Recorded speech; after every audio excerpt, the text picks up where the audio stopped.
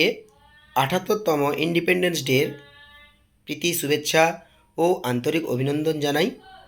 এবং এই দিনটি সবার কাছেই একটি জনপ্রিয় দিন এবং খুবই মেমোরেবল একটি দিন হিসেবে গণ্য করা হয়।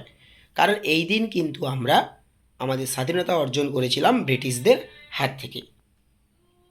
তো এই স্বাধীনতা দিবসে আমার আজকে একটি নিবেদন, যেখানে আমি আলোচনা করব প্রাইড এবং প্রাউড নিয়ে। আমরা সবাই বলি যে গর্বিত, সবাই আমরা বাংলাতে এই ধরনের কথাবার্তা বলি।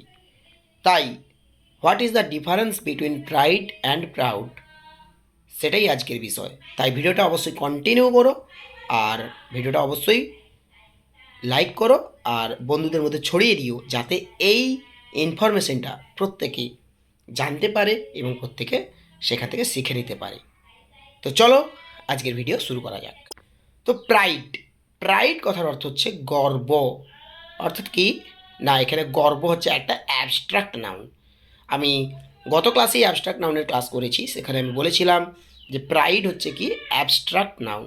সুতরাং এই প্রাইড দিয়ে আমরা কিভাবে বাক্যগুলোকে বানাবো? ধরো এরকম বলতে পারি যে আমরা আমাদের দেশের জন্য গর্ব অনুভব করি। তাহলে কি হতে পারে না, we feel pride for our country. আমরা আমাদের স্বাধীনতা সংগ্রামীদের নিয়ে গর্ব অনুভব করি। তাহলে we feel pride for our freedom fighters. এরপরে আমরা আসছি প্রাউড কথার অর্থ হচ্ছে গর্বিত। অর্থাৎ আমি ভারতীয় হিসেবে গর্বিত। তাহলে কি এখানে গর্বিত হচ্ছে কি, এটা একটা অ্যাডজেক্টিভ। সুতরাং proud is a adjective form of parts of speech.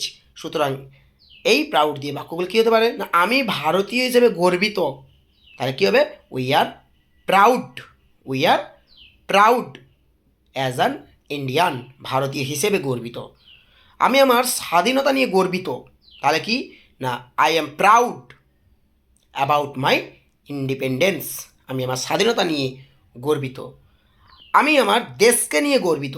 তাহলে I am proud of my country.